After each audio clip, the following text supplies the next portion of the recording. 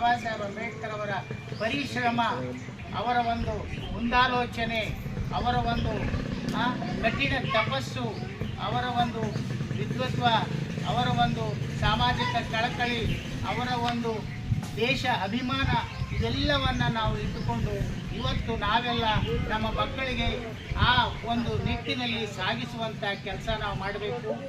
ಯಾರು ನಾವು ಬಡವರಿದ್ದೇವ್ರಿ, ನಮಗೇನು ಮಾಡೋಕ್ಕಾಗ್ತದೆ ಅಂತಕ್ಕಂಥ ಭಾವನೆ ಯಾರ ಬಳಿ ಬರಬಾರ್ದು. ಡಾಕ್ಟರ್ ಬಾಬಾ ಸಾಹೇಬ್ ಅಂಬೇಡ್ಕರ್ ಅವರ ಸ್ಥಿತಿಗತಿಗಳನ್ನು ನೀವು ನೋಡ್ತಾ ಇದ್ದೀರಿ ಸೀರಿಯಲ್ನಲ್ಲಿ.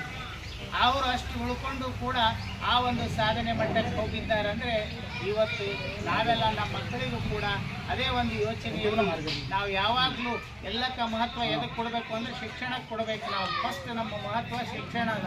ಆ ಶಿಕ್ಷಣದಿಂದಲೇ ನಮ್ಮ ಉನ್ನತಿ ಸಾಗಿಸ್ತದಂತ ಬಾಬಾ ಸಾಹೇಬ್ ಹೇಳಿದ್ರು. ಅದಕ್ಕಾಗಿ ನಾವೆಲ್ಲ ನಮ್ಮ ಮಕ್ಕಳಿಗೆ ಹೆಚ್ಚಿನ ಶಿಕ್ಷಣದ ಕಡೆ ಒತ್ತನ್ನು ಕೊಡಬೇಕು. ನಾವೆಲ್ಲರೂ ಇವತ್ತು ಈ ಒಂದು ಬಾಬಾ ಸಾಹೇಬರ ಈ ಒಂದು ಆಶೀರ್ವಾದದಿಂದ ನಾವೆಲ್ಲ ಇಲ್ಲಿ ಇದ್ದೇವೆ ಅಂತ ಹೇಳ್ತಾ, ಇವತ್ತು ಈ ಬಾಬಾ ಸಾಹೇಬ್ರ ಜನನ ಮರಣ ಇವುಗಳನ್ನೆಲ್ಲ ಎಲ್ಲರಿಗೂ ಗೊತ್ತಿದ್ದೇ ಅದ. ಆದರೂ ಕೂಡ ಹೇಳಕ್ಕೆ ನಾನು ಇಷ್ಟಪಡಲ್ಲ, ಈಗ ಸಮಯ ಆಗಿದೆ.